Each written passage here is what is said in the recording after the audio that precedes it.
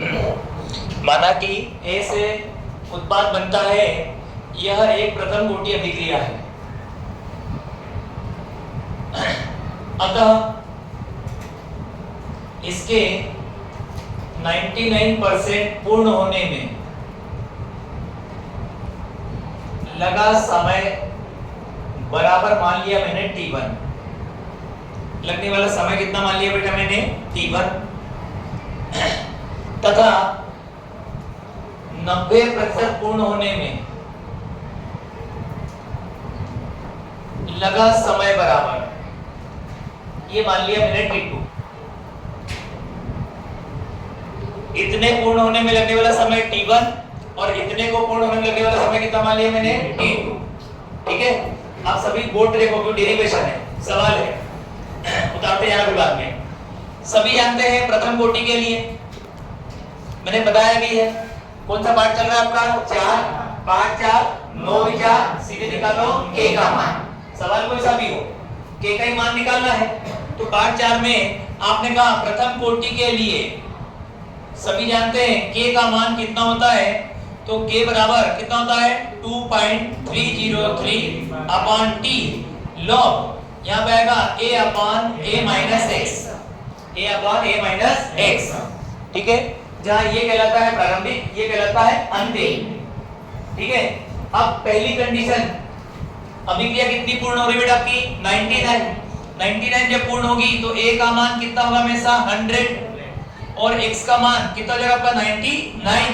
तो तुम्हारे लिए a माइनस x कितना जाएगा? 100 माइनस 99 बराबर कितना आएगा आपका? 1। बराबर कितना जाएगा आपका? 1। ठीक है, अब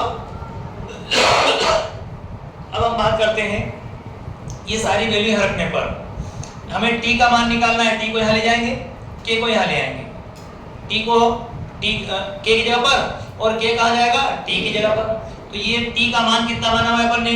T1 बराबर 2.303 अपान में k आ गया log a का मान 100 है और a माइनस x की जगह 100 माइनस 99 ये लिखा।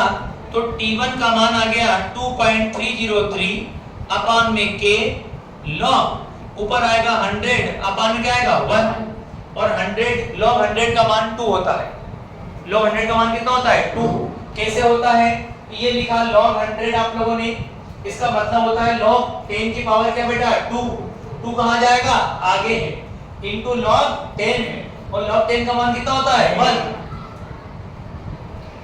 तो log 100 की वैल्यू क्या गई? 2 आ गई। 1 के बाद जितना जीरो होगा log वैल्यू उतनी आ जाएगी।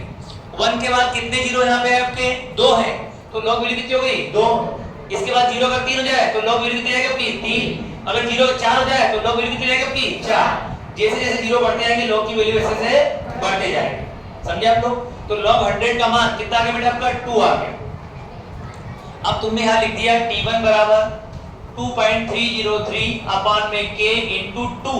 मल्टीप्लाई मत करना, ऐसा ही छोड़ देना इसको, जैसा है वैसा ही इसको करना है, छोड़ना है। अब अभिक्रिया को 90% पूर्ण होना है, फिर आंकड़े बदलेंगे, नंबर चेंज करना है, a का मान और x का मान। अब a का मान कितना हो जाएगा वापस से आपका? 100। x का मान कितना हो जाएगा बेटा आपका? 90। तो a माइनस x कितना हो जाएगा बेटा आपका? 10। कितना हो जाएगा? 10। तो यहाँ पर T2 बराबर लगने वाला समय क्या मान लिया अपन ने? T2। और इसी फार्मूले में डायरेक्ट T1 की जगह क्या रख दिया अपन ने? T2 रख करके हल किया। 2.303 अपान में क्या है? k। कहेंगे सर k का मान तो बदला नहीं आपने। भाई k का मान क्यों बदले? अभिक्रिया तो एक ही है, अभिक्रिया एक ही है। एक अभिक्रिया के लिए k का मान नियत रहता है, बदलता नहीं है, चाहे तापमान बदलता रहे। तो k का मान वही रहेगा। यहाँ लिखा log a का मान 100 माइनस 90 कितना बचेगा आपका? 10। T2 बराबर 2.303 अपान में क्या आएगा? k। यहाँ T2 बराबर 2.303 अपान में आ गया k और इनटू में log 100 अपान 10। 0 क्या होगा बेटा आपका? कैंसिल। जिसमें मैंने कहा था 2 जीरो हैं तो log वैल्यू कितनी आएगी? 2 और जीरो कितना यहाँ पे? 1, तो log वैल्यू आएगी 1। log 10 का मान 1।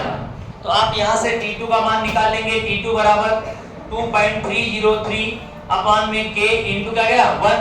इसको देखिए क्वेश्चन नंबर सेकंड। अब हमें आखिरी स्टेप में सेकंड इक्वेशन को डिवाइड करना है थर्ड से। Divide the second equation by first. Second equation को फर्स्ट से करना है डिवाइड। हाथ दे दिया अपन ने, तो यहाँ पे आ गया t2 अपॉन t1, LHS को LHS से, RHS को RHS से डिवाइड करना है अपने को। अब t2 में जो वैल्यू लिखी हुई है ये लिखो पहले तो 303 अपॉन k इनटू क्या गया वहां पे 1। इसमें देखो t1 का मान कितना है 2.303 इनटू में क्या है 2 अपॉन में क्या है k।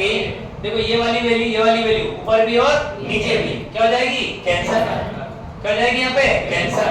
क्या बचेगा आपका 1/2 क्रॉस मल्टीप्लाई कर दें, क्रॉस मल्टीप्लाई तो क्या हो जाएगा यहाँ पे t2 मल्टीप्लाई होगा किससे 2 से और t1 का मल्टीप्लाई कैसे हो जाएगा 1 से।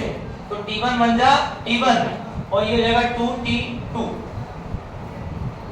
देखो 99% पूरा होने में लगने वाला समय 90% पूरा होने वाले समय से क्या होता है दुगुना होता है। दुगुना कितनी सिद्धम बताओ।